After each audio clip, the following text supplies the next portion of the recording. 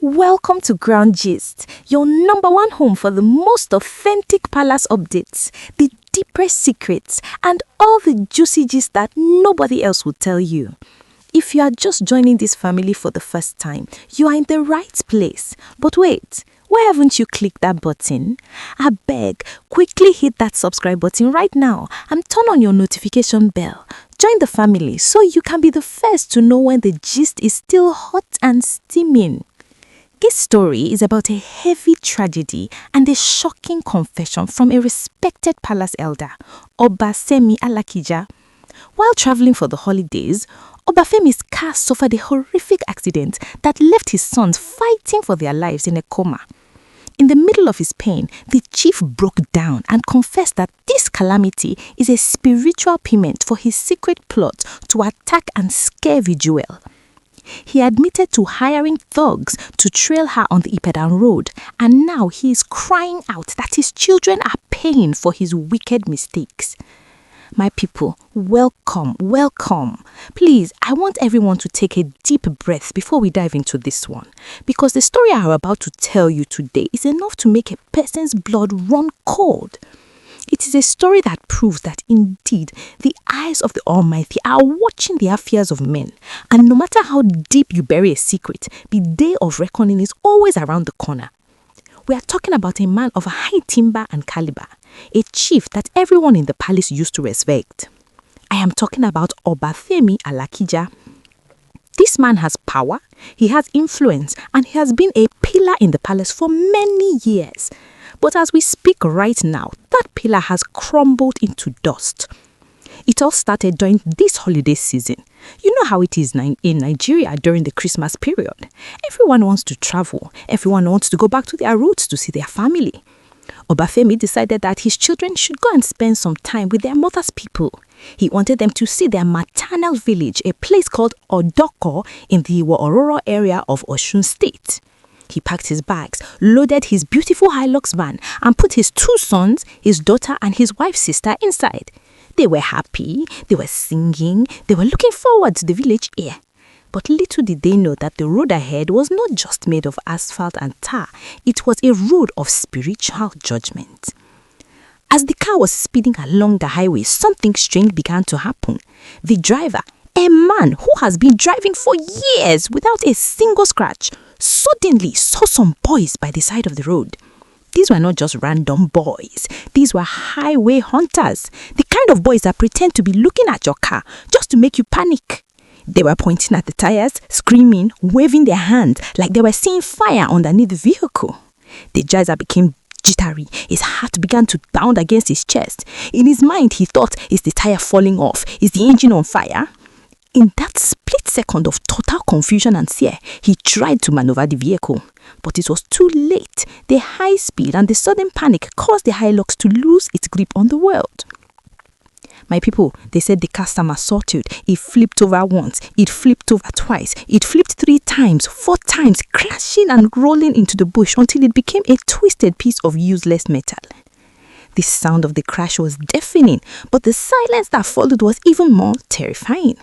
Villagers and other travelers rushed to the scene. They were pulling bodies out of the wreckage. Oba Femi was alive, blood dripping from his head, but he didn't even know he was hurt. His eyes were only on his sons. His 2 boys were lying there, blue in the face, not moving, not breathing. They were completely unconscious. His daughter and sister-in-law were screaming in pain, but the boys, they were like shadows. They were rushed to the nearest hospital, but the doctors there said one look and said, no, this is beyond us. They had to transfer one of the sons to a major teaching hospital. As we speak, that boy is on oxygen, fighting a battle between life and death. And that was when the dam broke. Oba Femi'S, a whole high chief, fell to his knees in the middle of the hospital ward. He started shouting, not like a man, but like a wounded animal. He began to confess things that made the nurses and doctors freeze in their tracks. He started screaming, I have touched the anointed, I have touched the jewel, oh, I have killed my own children with my own hands. People were confused. They thought maybe the accent had made him lose his mind. But no, he was speaking from the depths of a guilty soul. He confessed right there that he was the one who coordinated the attack on the jewel when she was coming back from Ibadan on the 19th.